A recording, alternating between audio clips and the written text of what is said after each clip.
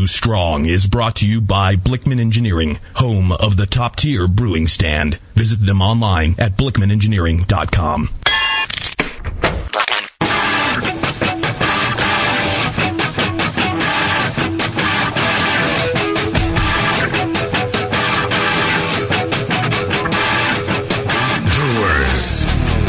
Time for the beer radio you've been looking for. This is the show that dispels myths, tackles the toughest topics, and makes no apologies for geeking out on beer. Hosted by two guys that drink before they think, Jamil Zainashev and John Palmer. This is Brew Strong.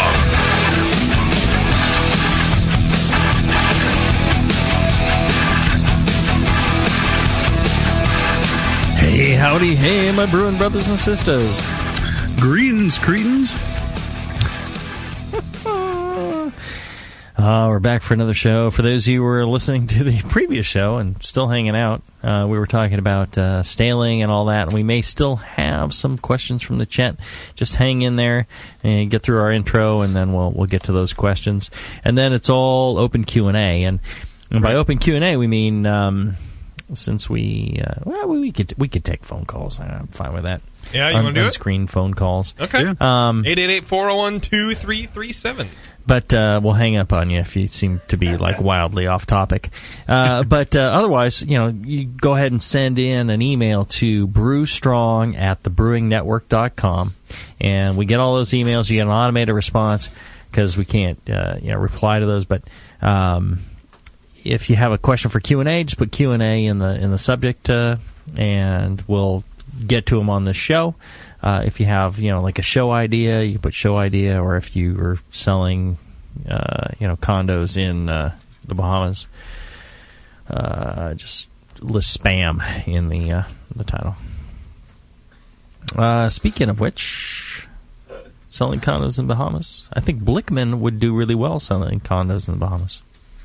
They'd be really nice condos, really well made. They'd have all sorts of amazing features, robot waiters. The toilet would clean itself. Yeah, but could you live in a stainless condo? I could live in a stainless condo. You think so? It'd be real hot. They'd be always stainless. They'd be shiny. It would look really cool. Yes, Blickman Engineering, blickmanengineering.com. Check them out. Blickman with two N's. They and a CH. And a CH. And a B. Mm-hmm. And an M. Yeah. They sponsor this show. And a little bit of ick, too. A little bit of ick. Just a touch of the ick. Touch of the ick. Oh, Palmer, you've been drinking. No, they sponsor the show. They pay for the show so you don't have to, and I think that's a very generous thing that Blickman Engineering does for the homebrew community. And if you find the show is worth your time, take a little bit of your time and send an email to John at Blickman Engineering. Go to the website, check it out. You can get an email link there, and send them an email. Tell them you appreciate it. If you do nothing else, just do that and just say, hey, thanks for taking care of that for us so we can enjoy the show. Because if you didn't pay for it, I'm not sure the show would still be worthwhile, still be going. There are costs associated with this. And but it's worth it for us. Justin's Justin's vacation fund. Cocaine and vacation and hookers and blow. Corn dogs. Corn dogs and all that, yeah. Corn dogs. I mean veal corn dogs. Veal corn dogs. That dude eats great. I eat top ramen. He has it reversed. That's right. He's no longer on the top ramen train here. He's on the bottom ramen. The bottom. Oh, no, Jesus. All right, that's the show today, guys. Well, and what I neglected to cover in last show was something that you don't know about my good friend John Palmer. What is this? I need theme music for this. I'm going to find you theme music. What kind of music? Yeah, somebody needs to come up with theme music for this. What kind of music? What you don't know about my friend? Like dramatic intro music? No, I think it would be more like Mayberry RFD type of music. A little Opie and Andy. a little bit of that kind of thing, I think. Because when I think of my friend John Palmer, I think Mayberry RFD. Or Mayberry, Michigan. These hands are lethal weapons. There you go. Now we're talking. What you don't know about my friend John Palmer. In college, his nickname was Pitching Machine. Pitching Machine. All right. What you don't know about my friend John Palmer? Woo-hoo-hoo! All right. Let's get right to it. Let's. Still got a question from the chat from last show? I do, but now I got to get back into the chat because of this stupid program. Nothing from last show, actually. They're all kind of carrying over to this show. Oh, okay. But I do have 6 questions from the chat already. All right. Read us one. I will. Is West Coast Red, which I guess would be an RPA, I don't know, whatever that is, is that a recognized style? Kind of like a CDA or Black IPA has become recognized. Should us East Coasties just call it a fad? No. So here's the thing. I mentioned this years ago. Gordon and I were going over styles and things like that when we were working on the Brewing Classic styles. I'm like, there's a whole different West Coast. The whole amber ale in the style guide does not in any way encompass what is happening out here on the West Coast with red ales. It's like, well, they kind of fall into, barley wine or, IPA or something. It's like they consider Sierra Nevada Celebration an IPA. That's not an IPA. Come on, it's got that was like dark red. It's and things like Ballast Point's Calico Amber, an awesome beer. Shark Bite, from Pizza Port. We got a Can You Brew It coming up on that. JP did a nice interview with them, Jeff Bagby. And we've got, Red Nectar. Red Nectar. We got Green Flashes, Red. I mean, there's a number of them, and they're just these wonderful. We've got Heretic, Evil Twin. Yep. Self-promotion right there. It's really a completely different beast. It doesn't fall into the other categories. And the interesting thing is, I get a lot of people that are like, I brewed your West Coast Blaster out of Brewing Classic Styles. What should I enter it as? I'm like, well, where are you entering it? If you're entering it on the West Coast, just enter it as an amber. If you're entering it somewhere else, maybe you enter it as a specialty. So that was around a lot earlier than this whole Cascadian nonsense, and it was just this was something that organically has been around for 10 years, and not really promoted. It's just beers that people are making, so it really should be a style. And I think Gordon is we were talking about chatting up about the whole West Coast Amber thing, so hopefully that'll be in the style guide now, because it is radically different, and it's just a fantastic beer. Malty, caramelly, not too sweet. Really, really hoppy. Not excessively hot bitter. But balancing the malt. Tends to be anywhere from 6 to 7.2 or so in the alcohol. And just big character beers, so different than the amber you're going to find most other places. So there you go. Did that answer the question, or did I go off in a completely different area? I don't know. I was looking up you weren't online paying attention. How to throw a stitch, dude. I don't know. Nice. All right, another question from the chat. Alan Marks asks for the next Q&A show, which is now, that's weird. What is the mechanism to reduce diacetyl when bottle conditioning, besides time? Oh, time can increase the diacetyl levels. Well, it's also on your side. And it waits for no one. He's on my side. Yes, it is. If you put a stitch in it, you save nothing. So the mechanism to reduce is that, we're all familiar with the yeast-based mechanism to reduce diacetyl or diacetyl, depending on. The yeast will take in the diacetyl and break it down into non-buttery components. But you will get, you can get diacetyl from oxidation reactions. You can get it from, infection like pediococcus. So generally, if a beer is in the bottle, it will increase over time because you tend not to have a whole lot of yeast action there. I would say if you do have a beer where the diacetyl wasn't in the beer before and it's increasing while it's in the bottle, I would suspect infection, pedio or something like that. Or, it could be one of the other. Yeah, and there's no way to get rid of that then, right. other than if it was extreme aging. Yeah, if it was strong before and it seems to be reducing in the bottle, I would just keep the bottles, around 60, 65, and hopefully, there's enough active yeast to kind of suck it down. But the important thing is, don't package your beer until it tastes right. So your beer should taste really good in the fermenter before you package it. If it doesn't taste good before you package it, generally packaging it will do no good for it. Packaging makes beer worse, not make it better. Look good. That's about it. Right. Yeah. It'll put it into convenient serving size portions. Dumping size. But it doesn't make it taste better, it makes it taste worse. Right. So if your beer is not great in the fermenter, bottling bucket, whatever you have, don't waste your time bottling it. Time won't help. No. Yeah. Okay. Or, condition it in bulk and decide then. Okay.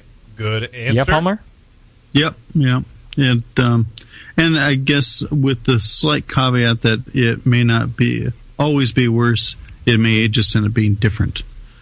There are beers that depend on bottle conditioning for signature character of the style, fresh true. versus aged. But I think in general you are correct. That's a good point. I suppose there's varying degrees of good. Mm-hmm. Fierce Beard in the chat asks, what about the acceptable haze from wheat as opposed to Trub and Break haze? Do the wheat beers naturally have a shorter shelf life? Oh, the haze in wheat tends to be protein haze, does it not? Right. Yeah, that's right. It's protein polyphenol haze. And if you added tannin to the beer, then you could get those proteins to complex and then drop out. So you just have a residual protein haze. Balancing act. But, like German wheat beer, known for short shelf life, right? Mm-hmm. So. Yeah. Answers that question. There you go. In your face, man. That's all from the chat so far. You want to get to some emails? Or take a break? Let's take a short break, and when we come back, we'll get to your emails after this.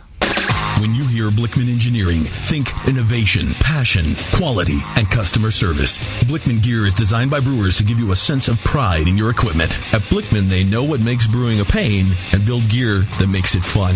Like the intuitive beer gun, a completely different approach to filling bottles. The Therminator Wort Chiller, a new take on a plate chiller that's sized for flow, performance, and the high groundwater temps homebrewers face every day. The Brewmometer, a brilliant weldless thermometer design with brewing parameters right on the dial. The Autosparge, ultimate simplicity for preventing an overflow or running your mash tun dry.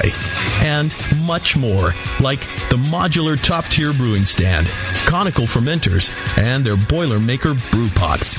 With more cutting-edge equipment coming soon, keep up with the latest from Blickman at blickmanengineering.com and stay on the cutting edge.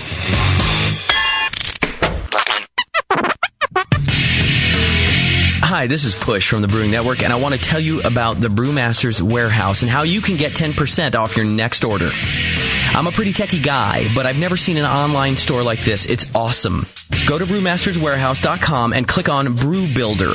You can whip up a custom recipe so easily even Sven could do it. Seriously, it's slick.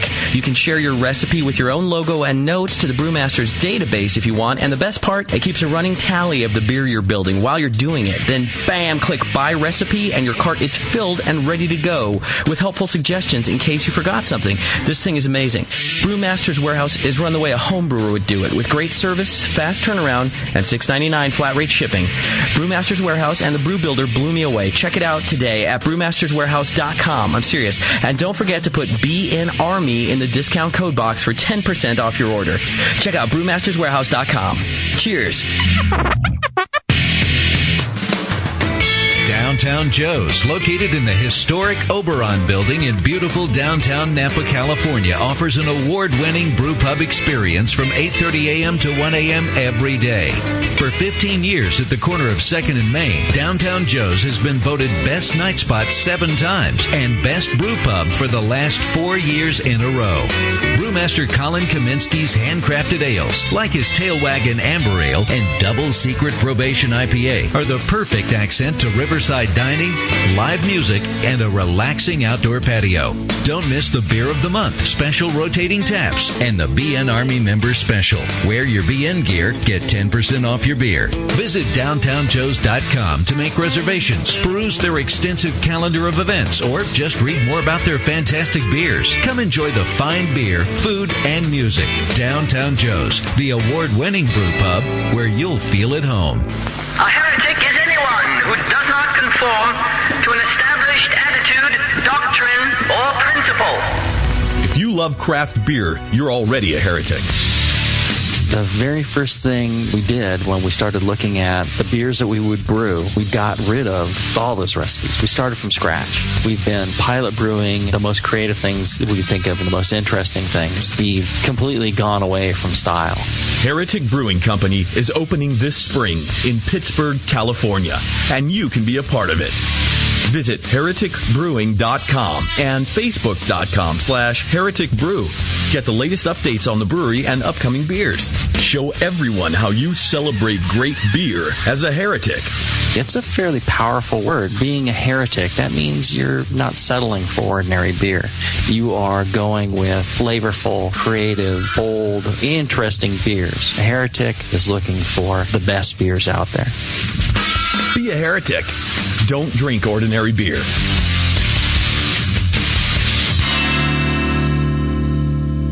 Summertime has arrived, homebrewers, and the fine folks at More Beer are thirsty.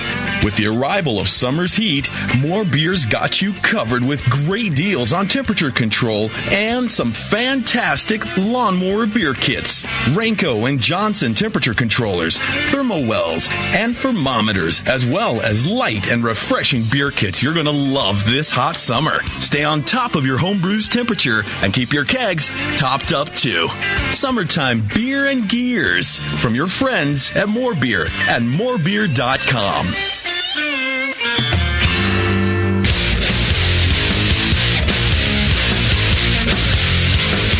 Back to the two guys that know how to turn beer into beer.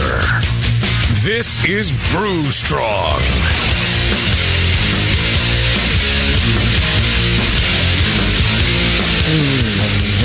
Beer.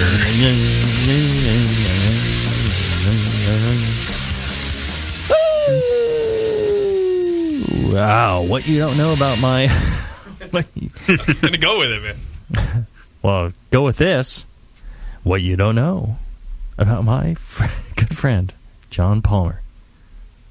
Theme music? Oh, shit. God's sakes. All right, hold on. We came up with theme music. We're going to have to play it every time now. What you don't know. Here it is, hold on. It's time for What You Don't Know About My Good Friend, John Palmer. He once tried out for the part of Doctor Who, but eventually lost to David Tennant. What you don't know about my good friend, John Palmer. All right, back to the show. That's like a perfect length, Dan. I know it is. I'm in there too with the timing, huh? I wasn't talking about the clip. God, you're talking about our other sponsor again. All right. Email? Questions? Oh, God, I'm sorry. I'm checking on my horoscope for the day. This one is from Brian. He says, Jamil/John, thanks for the great shows. I've been homebrewing for 2 years and just started to listen to you about a year into it. I learned so much from you. That's all he says, which is weird. Oh, no, there's more. I have a fermentation question. A buddy and I brewed a Janet's Brown Ale. The brewing went as planned, and the OG hit the target. I had to drive my filled carboy home. I got home, and the temperature was controlled at 64 degrees. I rehydrated the 1.5 packages of SO5, which I don't know why there's 1.5. He's using pitching rate calculator. Ah. There you go. Shit. Added MrMulti.com. Added to the for wort. all your pitching calculator needs. He added those to the wort, and signs of fermentation did not start for 48 hours. Will the slow start of the yeast affect the beer? Is this common? Thanks, Brian. A couple of things. It can affect the beer in a couple of ways. One is if there's contamination, then you've given 48 hours for bacteria and stuff to kind of grow and populate and start to affect things. And the amount of the population of bacteria tends to directly influence the flavor of the final beer, souring, other funky things like that. The other potential is, letting the wort sit, with oxygen in it for that amount of time. I think you can kind of increase the staling. Look back in the archives for a show on staling. So that's another potential problem. The interesting thing is, he said, so pack and half of dry yeast, and he added it to the carboy. He didn't say whether that was with properly rehydrating the yeast or not. The pitching rate calculator and just common sense will tell you need to, and maybe he did this, is you need to rehydrate your dry yeast before you add it to the beer. The manufacturers, for homebrewers, they will tell you, oh, no, just sprinkle it on the top. And for the commercial brewers, they will say, oh, you must properly rehydrate the yeast. So somehow they think that the beer that the commercial brewers are making is somehow different than the quality of the beer that homebrewers are making, which really still pisses me off to this day, because we're both trying to make the best beer possible, right? Homebrewers and commercial brewers trying to make the same great beer. Yes. So if it's good enough, and there's a lot of things that commercial brewers do that homebrewers don't need to do or don't need to worry about. You're using different kind of fermenters, things like that. But rehydrating dry yeast is definitely one of the things that both, big scale brewers and small scale brewers need to do. So, don't just sprinkle the yeast on there no matter what the manufacturer says. It needs to be properly rehydrated. When you sprinkle the yeast on there, half the yeast dies. So half of the yeast that you've just added is dead and laying on the bottom. Why? Why is that? It's shock? It's osmotic shock. When they are rehydrating the cell walls, they cannot regulate what passes through, and sugars and other compounds pass through, that end up killing the cells. If you think about it, it's a pretty magnificent thing to be completely dehydrated, made into Egyptian mummy, right, and then add water and come back to life. So like brine shrimp. Yeah. Right. Well, something from outer space monkeys. Oh. You can't dry the actual shrimp themselves; they die. Oh. Yeast are. See, I don't know. Amazing. I could never afford one. Right. I know what to get you for your birthday then. A brine shrimp. Yes. So, that's one of the critical things that and maybe you just didn't say but you should rehydrate the yeast. Account for, viability, how old the yeast pack is, things like that. And, if you add the appropriate amount of oxygen, appropriate amount of yeast, properly rehydrated, things like that, should take off in a reasonable amount of time. Doesn't need to take off in 2 hours. If it takes off in, 8, 12 hours, that's fine. Not a big deal. All right, Palmer, you agree, I imagine? Yeah, I mean, he could have had a perfectly, sanitary environment that was just a little too cold, and so therefore yeast activity really didn't get up to snuff until 48 hours later. Or it could have been, as Jamil said, half the yeast died upon pitching, and it took 48 hours for them to build up population to, generate sufficient fermentation activity. All right. This is an email from Andy. He says, recently on the Northern Brewer Forum, also asked on the Brewing Network forum, I inquired about some basic decanting questions. During the discussion, the legendary Denny Kahn weighed in. He mentioned that it is better it is better for the yeast to pitch directly from the fridge and straight into the chilled wort at ale temperatures. I listen to BN program every day. I've read the yeast book. No one has ever mentioned this method. Chris White and Jamil say to pitch within 5 degrees of your cooled wort. Denny says studies state that as soon as yeast starts to warm up, that is a bitch of a sentence to say, by the way. Studies state that as soon as the yeast starts to warm up, they start to spend energy built up in their glycol reserves. I may have butchered that. Sure. If you wait for it to warm up, it essentially wastes that energy, and it is much better for it to waste it in the wort because it will warm up there anyway. Everything else tells me the yeast will go into thermal shock and become a mess in the finished product. If this is better for the yeast, why do White Labs and Yeast recommend warming their yeast up? Thanks, Andy. Yeah, well, see, it's a good question, and the other thing is, all right, so you can do studies, and you can, and I'm not sure what studies you're referring to, but certainly the warmer yeast are, the more energy they expend.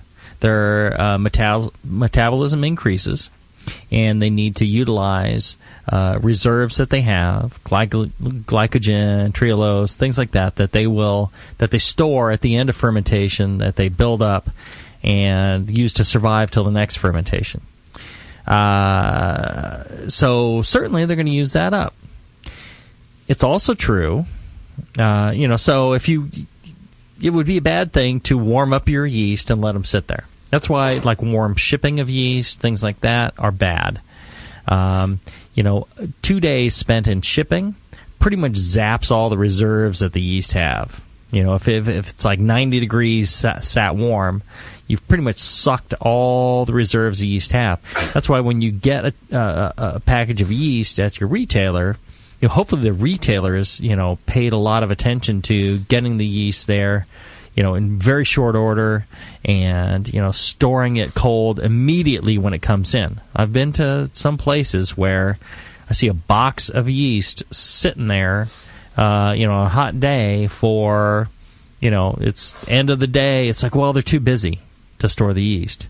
I understand they got customers. You got to take good care of your customers, but I think most homebrew customers would understand. I'm kind of getting off a tangent here. Would understand if you said, I understand you're in a hurry. I want to take care of you, but the yeast needs to get cold right away. I mean, you could take that, you take that yeast, put it away first thing the moment it comes in. Don't let it sit there all day, because you're just sucking the life out of the yeast. However, rapid changes in temperature cause the yeast to expend even more energy on expressing these heat shock proteins, and that goes with cooling the yeast rapidly or heating the yeast up rapidly. So that's why you want to be within the 5 degrees. It's a shock to their system. They're trying to defend themselves against these rapid changes to keep from dying. That's why they utilize a lot of energy in that aspect, and it affects future fermentation.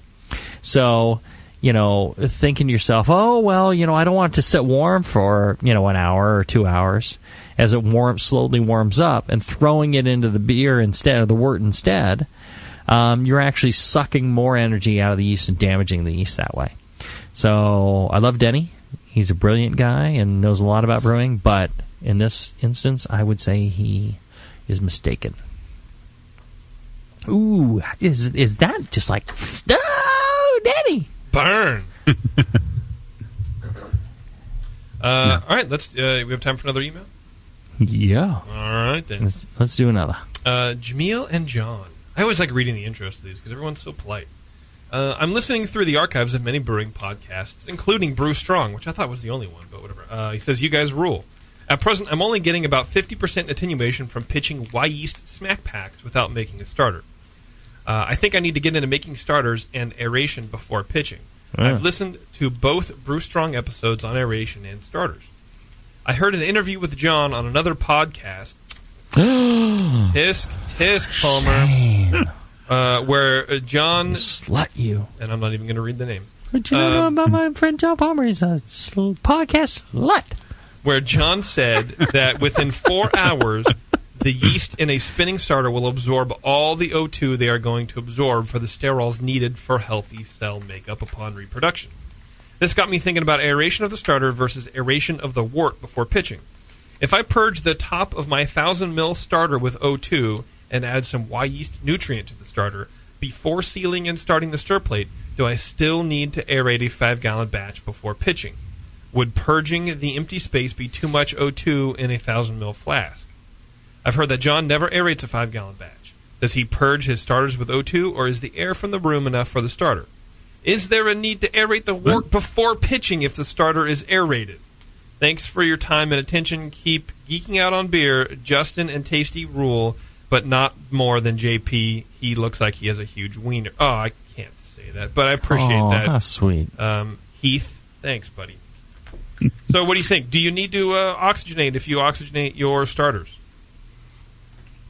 I think yes. What do you think, Jamil? I was going to say the same thing. But instead you said nothing. I'll say no. No. You know, the thing is, I actually tried this, and I don't know a lot of homebrewers who have, but you know, I tried growing up enough healthy yeast that, in theory, you could brew a lager and there would be zero growth of the cells. You had enough healthy cells to completely ferment out this Oktoberfest, right?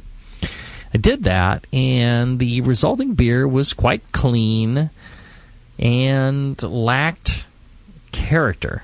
I mean, it was just weird. It was too nice. I didn't like it. Yeah, it was too nice. It was slightly artificial. And I will never forget that. I was like, somebody told me, oh, you don't have to oxygenate, you don't get oxidation, it'll be really super clean. I'm like, and I don't know that it would always be super clean. You get I think I got lucky because you could get, you could end up with other problems. But that kind of taught me that, it's like the thing with New Belgium adding the olive oil and things like that. It's like, there's a reason why, and maybe people would like it one way or another, but when you do something like that different, I think, the flavor is different enough that people go, it doesn't taste like beer.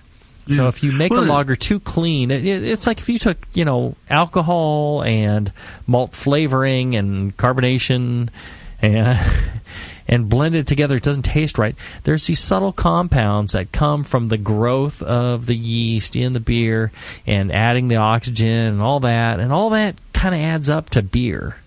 Yeah.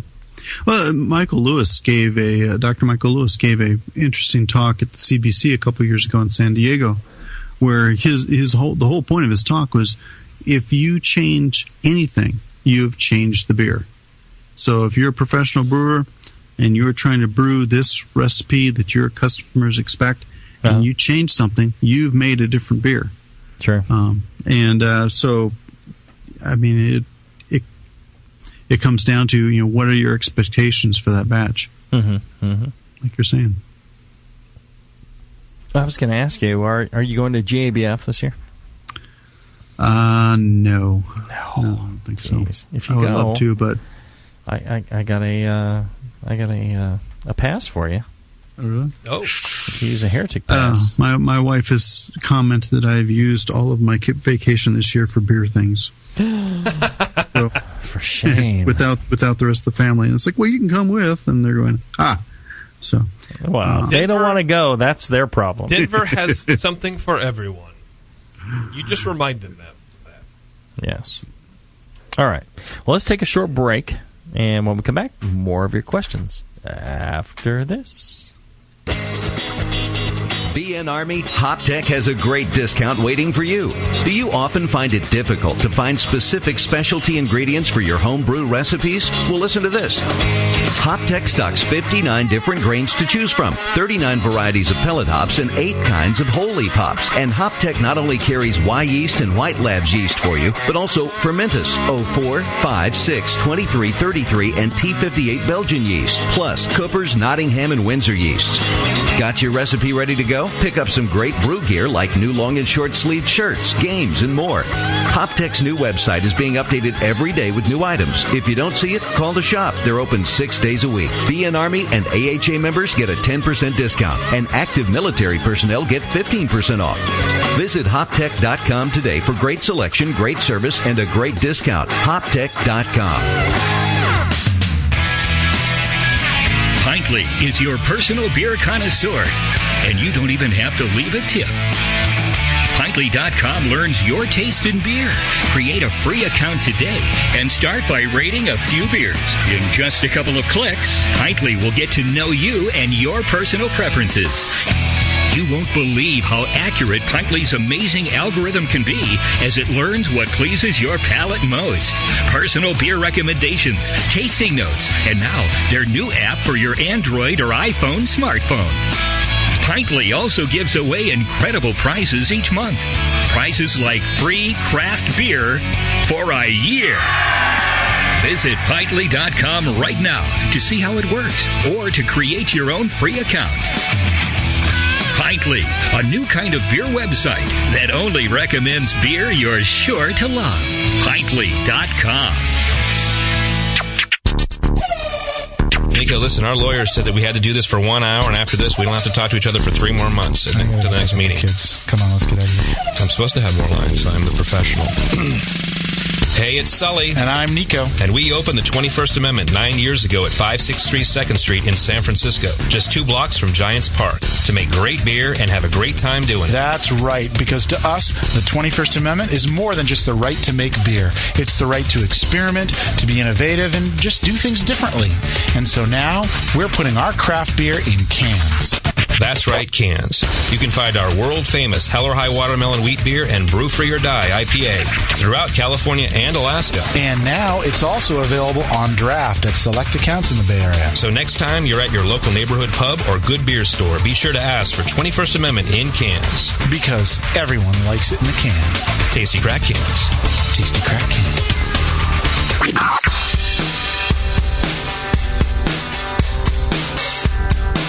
Back to your hosts, Jamil Zainasheff and John Palmer. Putting the testicles in technical. This is Brew Strong.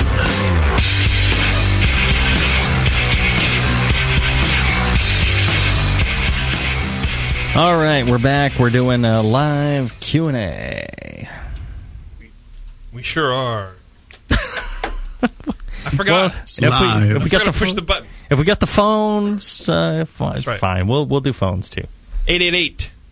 888-401-2337. Give us a call and give us your best question.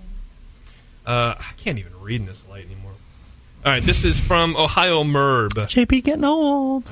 Dude, totally. I need to get glasses on my glasses. Here's a question for an upcoming Q&A show. Hey, guess what this is? That's what I said. You know, if you list Q&A in that title, Done. I print them out, I hand them to JP, and 3 to 6 months later we get to them. After I wipe with it. My last 7 batches have had absolutely no head retention. They've all been relatively high-gravity beers, but styles have been all over the place. Stout, spiced amber, imperial Irish red, etc. Right. What really got me thinking that I had a problem was when I rebrewed a favorite house APA, which normally has great foam, but this time I got nothing. Right. Which is the most likely reason? Multiple choice, here we go. I've been adding 2 tablespoons of Irish moss into the boil and just heard on the Brewing Network that this can affect head retention. Sure. Number 2, I used to stir the crap out of it with a paint stirrer, but stopped when I heard you say that I may be, quote, wasting those bubble-forming proteins in the primary. Sure. Or 3, something else? I bottle and carbonate, according to Beersmith, has been 2.3 to 2.5 for all the beers. I can't think of anything else that has changed. Same glassware, same washing, same everything as far as I can tell. What do you guys think? I'll tell you right off. All right. I say just buy commercial beer. But that's initially you mentioned high gravity, and high gravity isn't necessarily the issue. Alcohol itself is not the issue, because you can add pure alcohol to a beer and the head retention's the same, the foam stands the same. That does not affect it. Fermentation of high gravity beers may express, if the yeast are stressed, may express certain compounds that could affect head retention. Yes. Irish moss, 2 teaspoons, did you say? 2 tablespoons. 2 teaspoons. Makes a big difference. Why are we talking grams here? 2 teaspoons. Yeah. Even in a 5-gallon batch, 6 gallons of boiling wort is not a problem. I believe the great George Fix suggested 2.5 teaspoons was the ideal for his tests or something like that, because I ended up using 2.5 and found no problems whatsoever. I imagine if you went excessive on the Irish moss, like some people have gone with Whirlflock in the past, making seafood stout, he's not paying attention.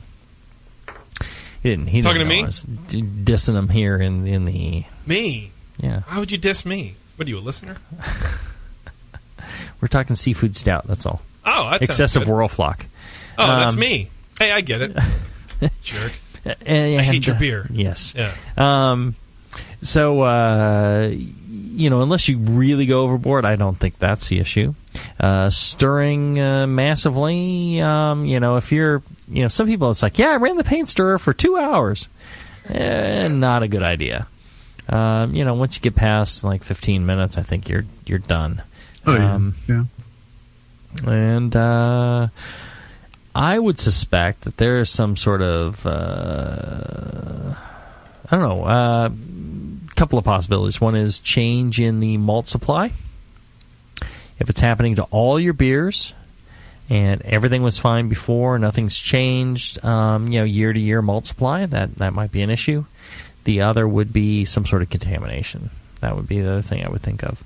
Other than that, I would think everything else is fine. What would you say, Mr. Palmayer? I agree with all that. I'm trying to think of anything else that may be contributing to it. Mm-hmm. But, definitely yeast shock and lipids getting into the beer would really knock it down quickly. I mean, if you start to repitching and, you're repitching a lot of dead yeast. Then you definitely things like that. A lot of times people will say, "Oh, nothing's changed.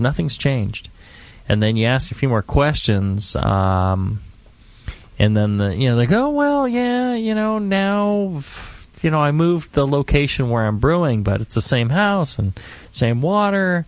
And it's like, well, what's changed? It's like, oh, well, now I'm in the garage. I put up a big box fan, and it's blowing, dirt from the front yard into my beer. Yeah. Things like that tend to happen. It's like, well, there's your change. So, a lot of times it's things that have changed that you think don't make a difference, and that was the one surprising thing for me when I started brewing. I wasn't sure what the parameters were that were changing things or that were affecting the brewing, and very quickly I learned, those things that you think mean nothing actually mean something, and those things that you think mean the world mean absolutely nothing. And sorting through all those things is very difficult, and it takes a lot of time. And because there's a lot of internet information that there's a lot of great information, there's a lot of red herrings where it's not people trying to be problems. No, not trying to mislead you or anything. Right. It's just they've thought that they saw a correlation between this and that. They brewed once, and that happened, and they're certain that that's the issue, and it really actually has nothing to do with it. So, those sorts of things. I think, look to what has changed. Think, carefully what's changed since those batches that were fine to now. And if you find that absolutely nothing has changed, again, crop year on the supplies, that can have an effect. And although, the maltsters try and protect you from that as much as they possibly can, and the other would be contamination. So, there you go. Hopefully that helps. It helps me. It helps me a lot. This is from Chris in Pennsylvania. He says, Jamil John, I am an all-grain brewer, and I carbon filter my water for brewing. I enjoyed the Kit Beer show and want to take the challenge. One question I had was related to the water. You mentioned you pre-boil 5 gallons of water before brew day. Instead of boiling this, he wrote that in the email. He goes, instead of blah, blah, blah. So I had to read it. Instead of boiling this, could I just use a quarter teaspoon of metabisulfite the day before to sanitize that filtered water to effectively treat for any spoilage organisms? It sounds similar to what home winemakers do to sanitize their wine must before don't pitching. do what winemakers do. Oh, please. That's like the metabisulfite doesn't sanitize the water. All it does is pull out chlorine and chloramines. Well, and there is some... and there's some oxidation protection. Right, which will, and also will... it has some sanitizing properties, but generally it has to be pretty high levels, and it's the free sulfur, like gas and stuff like that is... You need to be at a low pH. That's why the metabisulfite works in wine. Yeah, you do need a lot of it, and it is very pH derivative. So you can't just add like a quarter teaspoon of 5 gallons. Right. Well, you can mix it with acid, and do something like that. But don't try for Don't try for shortcuts on sanitizing. Don't try for shortcuts on fermentation, yeast health. Don't try for shortcuts on any of that stuff. Now, people are spending a huge amount of time worrying about mash pH and worrying about decoctions and, the crush and all this stuff. And it's like, that's time wasted. The hot side is very forgiving. You can produce almost anything. I did an experiment when I took, pre-hopped canned malt extract, the kind where there's a packet of yeast on the top. And my thought was, the people producing this product know how to make really good beer. So, the difference is it's concentrated down. I took that, poured it in with some boiled water, and I added a really nice pitch of healthy yeast, fermented it out well in controlled conditions, and it turned out great. Everybody drank the entire 5-gallon keg in no time. Nobody said anything about extract or cans or hop character or anything like that. They're like, oh, this is nice. So I didn't do anything as far as producing that wort. I didn't do other than mixing it with boiled water. So don't focus so much on that. Don't try and do shortcuts on sanitation. Don't try and do shortcuts on fermentation. Don't try and do shortcuts on packaging. Do shortcuts at your job. Yes. Or in your family life. Nice. But not with brewing, right? Am I right on that? I think there's a whole show for you there. I think that there is. How to get divorced real fast. And I think a lot of guys would actually listen to it. Yeah. And go, oh, that's a good point. JP's rules for life. I think I would listen to it. Actually, that's pretty good. Man. Sweet. Blobber might call in with a question. Yes. He keeps using my Twitter feed for fucking asking me questions. I hate it. Which is probably why he does it. Just ignore all the questions on Twitter and Facebook. Yeah, that's what I do. But I like Blobber. So if you're posting a general question on Facebook, I'm sorry, I don't even look at the posts anymore. There's way too many. You send me a personal email, I will personally respond to every single one of them. Well, right, and what I try to do on the Brewing Network Facebook page is people post questions all the time, and it's like, I remove them. I just remove your questions because we have a forum and we have half a dozen fucking shows that you can ask these questions in.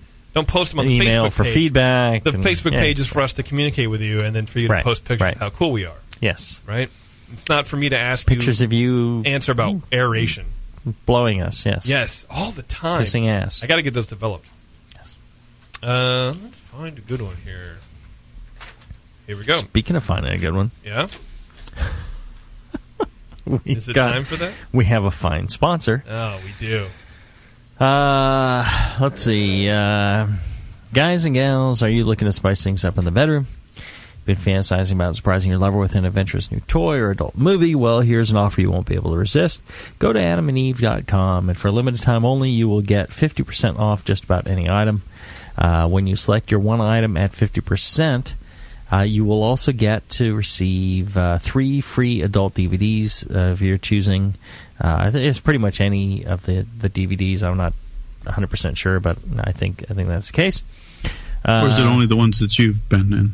It's only ones that I star in, so that limits you to like 300 or 400 of the thousands that they have. For a little inspiration, plus a free extra gift so essential we can't mention it on the radio. If we can get the Woods to call in, they know what this free extra gift is. We do have some calls. Right? And to top it all off, we'll even throw in free shipping on your entire order. So check out adamandeve.com today. They're a sponsor of the show. A lot of folks, they enjoy this sort of thing, and nothing wrong with that. And if you do, go check it out, because it's a good sponsor. They got a lot of products. They got they're giving you a smoking deal here.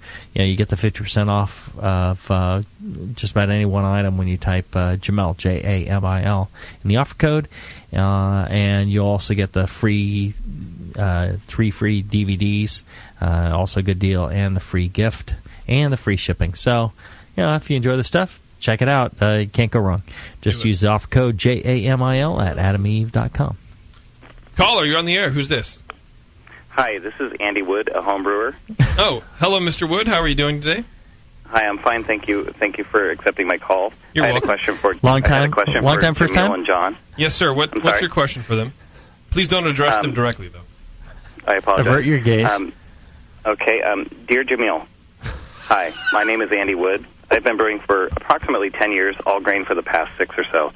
Recently, I've found that my wife has been brewing a little bit more than me, and her beers tend to win awards, whereas mine don't. My question is this. My beers have been brewed through shortcuts, such as dry yeast and whatnot. Right. And my question is, I'd like to brew a really good pale ale, and yet I'd only like to do a quick starter to get that beer going and have it be a world-class beer without having to worry about all of this crazy yeast stuff, like in your book. Anyway, I guess my question is, have you ever brewed a beer that you just did from a vial and won an award with? If so, what beer was it, what yeast type, and what would you recommend for someone like me who's currently in a brewing slump? Bye, Andy Wood. Dear Andy. All right, good call. I think you're going about this all the wrong way. What you need to do is teach that wife of yours to brew beer and let you have the credit for it. I think that's your flaw right there. Letting her take the credit for her brewing is like letting her take the credit for having a job, wearing shoes, things like that. I mean, really, just a grand mistake. Teach her what she should really be doing. I think that's where you need to go. But if you insist on, sounds like you and I have a show. I think we got it. Dick meat and dick head. We're there.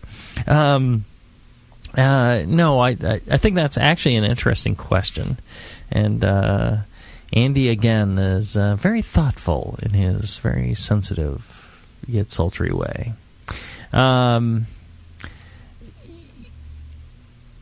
The types of beers you can do with a single vial, and you want to make sure that the source of your White Labs vial or your Yeast Smack Pack is they've taken good care of it, they got it quickly, got it into the fridge quickly, and you have it in good stead. You got it home, you've kept it refrigerated, and if you can make a quick, simple starter from it, just to kind of wake it up before you pitch it, that's good as well. But I would focus on something like an English Mild, an English Ordinary Bitter, a Scottish 60, a Scottish 70. I've won awards on all of those with a fresh pitch of Y yeast or white labs. So something like that, low gravity ales work well with getting your yeast started. So sometimes you'll be looking at other beers, and what I did when I was in my heyday of competing, I would brew something like an ordinary bitter or a mild to start up my English strain, or I would start up something a low gravity beer to start up my strain, and then from that I got my pitch of yeast that I would divide up into multiple beers, and then I was off and running with enough yeast for everything else. And if everything else is good and you maintain temperatures carefully, you should be good. And then Andy, have Kim show you how to do it right, and you should be okay. Or just help her brew, and then when she enters, put take you credit down as the assistant brewer. That's right. So you both get it. Rub Kim's shoulders, bring her like a drink. Focus on what a positive influence you are.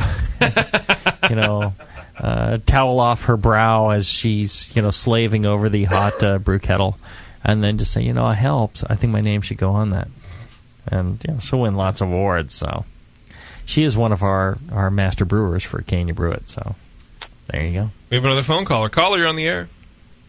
Hello. Hello. Blobber.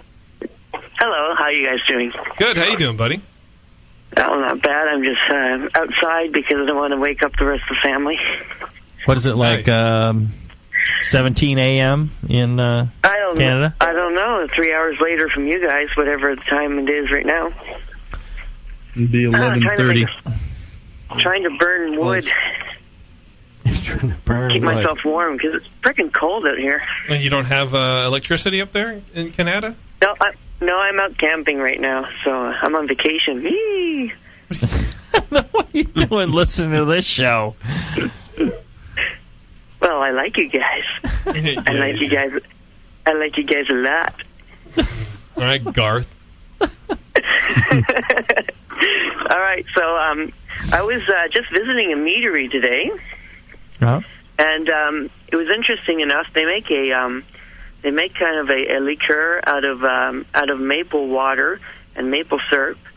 And what the guy was telling us is they use reverse osmosis on the maple water to concentrate the sugars.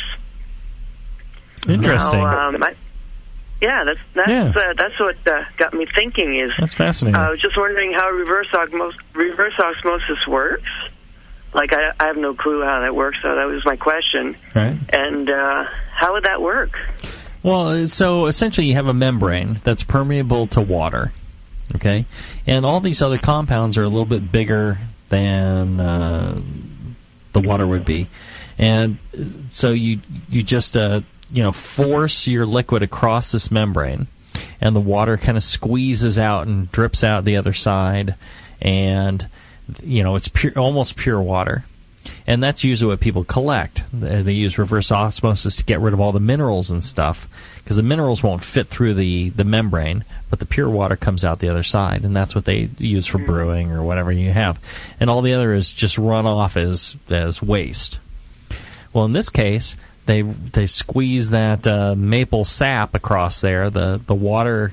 You get pure water out one side, or relatively pure water, and then the concentrated maple sap comes out the other end, the waste end, and that's what they collect. That's a brilliant idea, and I think you could even do that with wort or whatever. Let's say you want to concentrate wort. I'm not sure how efficient it would be, but I imagine you could brew a beer or run a mash, and you could take a mash for making 6 gallons of mild. Run across, through your RO filter, squeeze out the water, and essentially end up with, a couple of gallons of, barley wine or whatever it might be. Well, I've got one comment on this. That's interesting, but I've talked to Bob Hansen about, malt extracts and production, and he actually did an experiment once where he boiled maple sap under a partial vacuum. Right. And produced a syrup that had very little browning to it. Sure. It was done. Well, yeah. No, go ahead. Okay, so it produced a maple syrup with very light color, under very low temperature. Right. It's kind of intermediate to what Blobber's describing from reverse osmosis. But he said, the end result of that batch was a syrup that really didn't have much maple character to it. A lot of the maple flavors, of course, are derived from the boiling of extremely long boiling, concentrating down. However, I think, if you were to take the concentrated syrup and then boil it, you would develop those Maillard reactions and all that, much quicker. So instead of boiling for 12 hours or whatever they do, or overnight, you could probably boil it for an hour or two, and then you'd have that. And I think it'll also work for a variety of other whatever it might be that you want to concentrate. So that's actually a fascinating idea. I'm not saying it's perfect, but I think that's actually something I've learned. Mm-hmm. Look at that, Blobber feeding me information, something I've learned. Wow, who would have ever thought? Yeah, I was quite fascinated when I saw it too. I just thought of the potential that you get, like it's not adulterated or anything. It's just pure. Right. But like John's saying, a lot of what the maple character is in so many things is the cooking process and that formation, Maillard reaction. That is everything that we really love about food. And a lot of about cooked food is that that Maillard development. It's otherwise it's like fresh vegetables, fresh fruit, but everything else we love it cooked, and the reason we love it cooked is because it develops those flavors. Same thing for barbecue and all that. But I will tell you, Blobber, next time I'm willing to be handcuffed to you. Sounds like a plan. I think you have a lot of interesting thought in you, and I'd be willing to be handcuffed to you and hear that. That's the weirdest compliment ever. Yes. Well, last time I refused, but no, I think I would. I am a soft shell. Okay, sure are. I wish to squeeze your soft insides. Yes. All right, take care. Thanks, buddy. Bye. I think I freaked out Blobber. I think you did. Not nice. Easy to do, man. All right. Well, on that disgusting note, let's take a short break. We'll be back after this.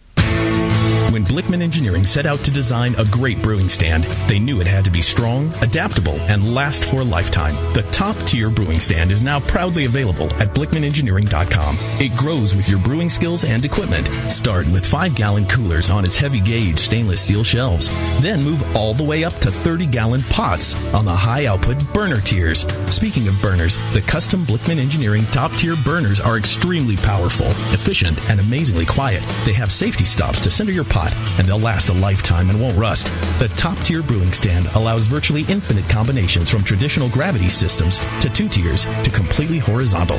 Configure your stand the way you want and have the freedom to change it at any time in the future. Your brewing stand should adapt with you, not force you to learn a new process. Visit BlickmanEngineering.com today to configure your top-tier brewing stand and to find a local Blickman retailer. You'll be surprised with all the flexible features and the competitive price. Start brewing with Blickman from the top tier. In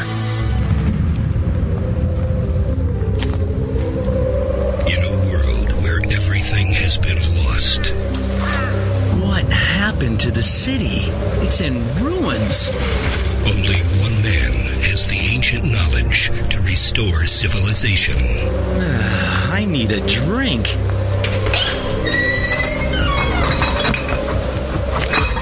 Oh no, the liquor store's been ransacked. You looking for beer, stranger?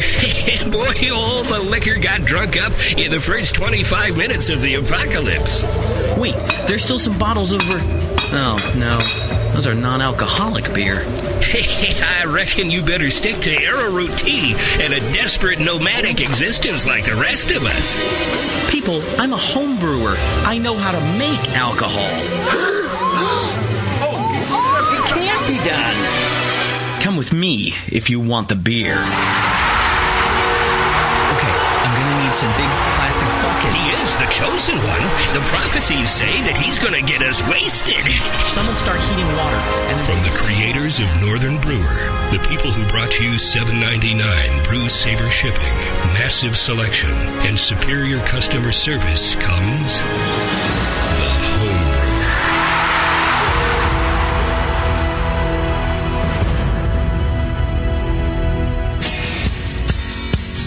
Hi, I'm Jamel Zanishev, and in addition to my work on the Brewing Network, I write the Style Profile column in every issue of Brew Your Own magazine.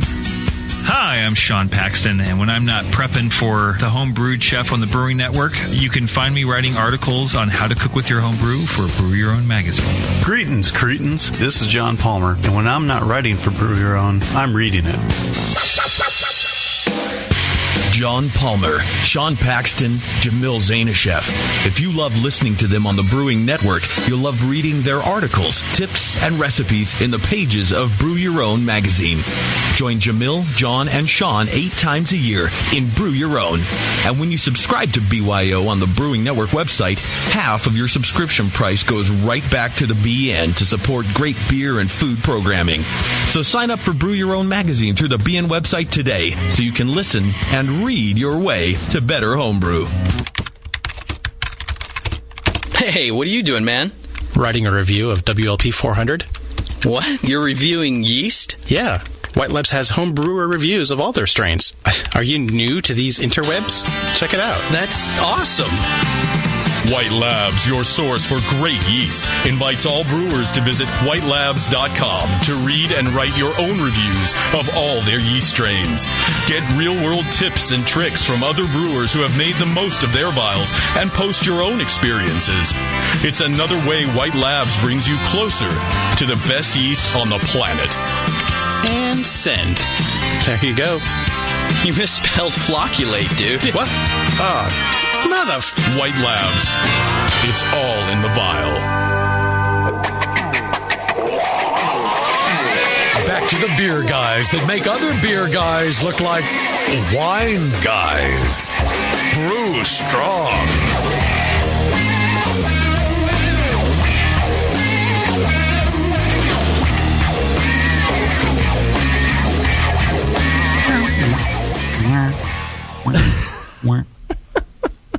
All right. We're back. We're back. We're doing Brew Strong. We are doing Brew Strong. Sponsored by our fine friend, Mr. John Blickman, BlickmanEngineering.com. Check it out. He's paying for the show, so you don't have to. Yet. Yet, bitches. Yeah, no. This one's about keg priming. This is from Dan from Joyzy. Hey, guys, love the show and learned a lot. I know you guys don't really advocate naturally carbonating in kegs with prime sugar or DME, but I want to give it a try anyway.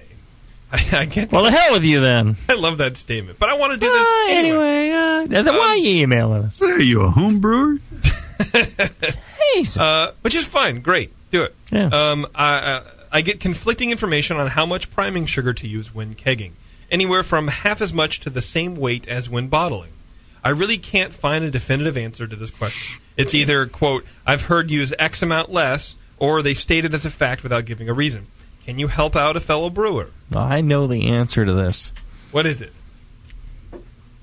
But, you know, and as you turn off my mic, you know, the reason people think that you would do less or, you know, more or something like that is because, you know, when you're dealing in bulk and you know, individually, you know, fill those bottles and you drive off the CO2 that's in there, the great thing that my buddy John Palmer has is the ability to take into account the CO2 that is in the beer in bulk.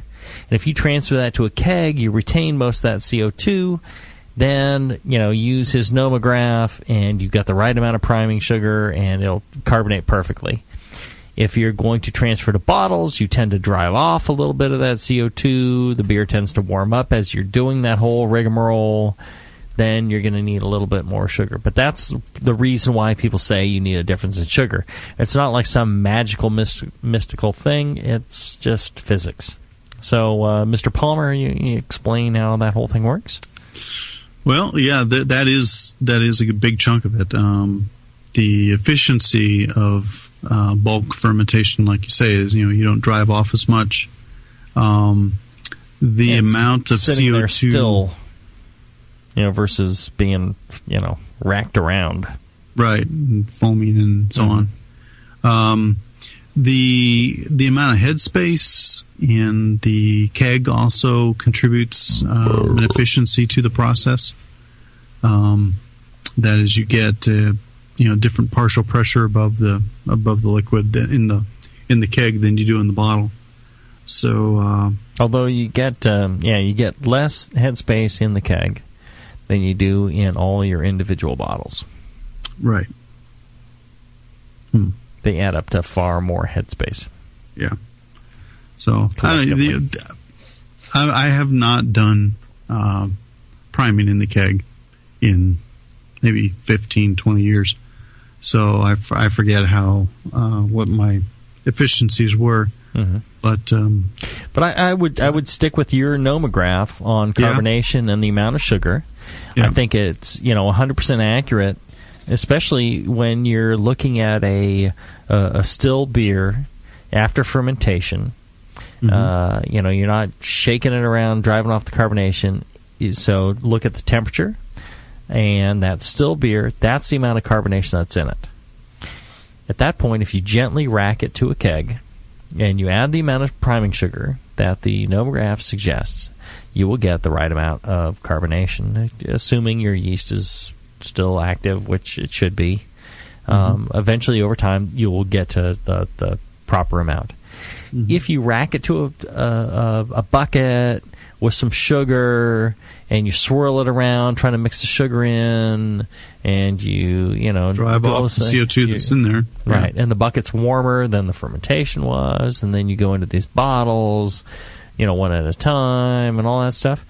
You're going to need a little bit more sugar to get that same level of CO2. It's not a lot, depending on how you treat it. If you mistreat it, you're going to need a lot more, and then maybe that's where people say it's half. Generally, I'm like a 10% guy, but then I tend to be fairly gentle with that sort of thing. Heard that.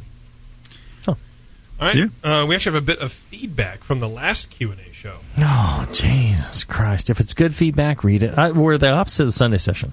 I don't want to hear bad feedback. That's right. Just edit that stuff out. There's never been bad feedback, right? Except what I give you early in the morning. He goes, JP, from Bike Foolery, by the way. Last Q&A shows he was having some problems with contamination. And he says, a happy ending for the last Q&A shows. I have been able to chase the infection out of the brewery. Nice. Thanks to you and the boys. Last brew day, the forced ferment test, final gravity was the same as the finished beer. No off flavors equals yay. All right. Wort stability test showed nothing growing after a week for the same beer. Nice. So what was the issue? I don't remember the issue. I think he had some contamination point, and he was trying to figure it out. No, I think he replaced... I understood that part, but I was asking him, what did he isolate the issue to? Did he... I didn't know you were asking him. You were asking me. Since he's in the chat, did he figure out exactly what it was, or he tried just like massive sanitation and I don't know. Call replacing up, and stuff? I'm curious. Yeah, give us a call 888-401-2337. We all learn from that. But no, that's great. Those tests, force ferment and wort stability test, those two really easy to do. I know it costs you, maybe 2 liters of wort, maybe a little less than that. Yeah. You need enough to be able to do a hydrometer test, which is about hydrometer test is usually about 250 mils. So a half liter of each. Let's say 1 liter of beer. Just when you do your recipe, calculate it out to give yourself another liter or whatever. Go ahead and do it, and you'll be surprised at the information that you can glean from that and what that's going to tell you about your beer, what it's going to tell you about your fermentation and your process. It's real simple to do and real valuable information. Do you really need to do a full hydrometer reading? I mean, if you use a refract, I know you're not going to get exact numbers, but at least you're going to see if it changes or not, right? And that's all you're really looking for, right? For the For the stability test, I suppose you could.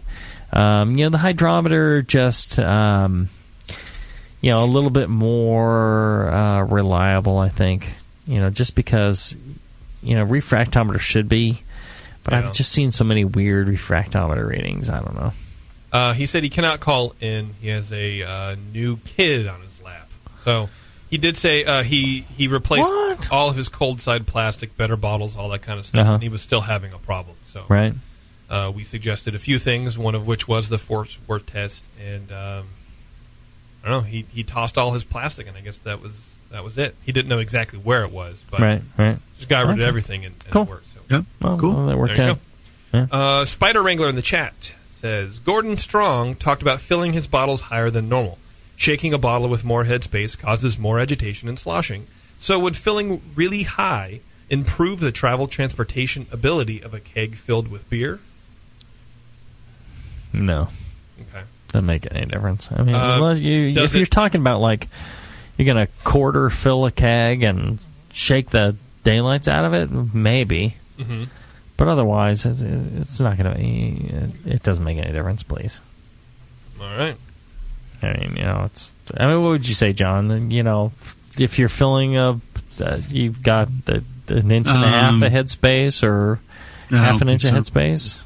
Yeah, I don't think so. And what's, it sounds to me like we're talking just about, normal 12-ounce bottles, right. If you're filling up to the top or, an inch down. I mean, even if you're filling it with oxygen in that headspace, it's going to absorb it anyways. It's not going to make any difference. I think the only potential would be, possibly, head-forming proteins. But even then, I challenge anyone to grab a 12-ounce bottle with even a low fill and shake it enough to affect head retention. Yeah. That just doesn't make sense. Okay. Here's a three-parter, if you're up for it. They're all pretty good questions.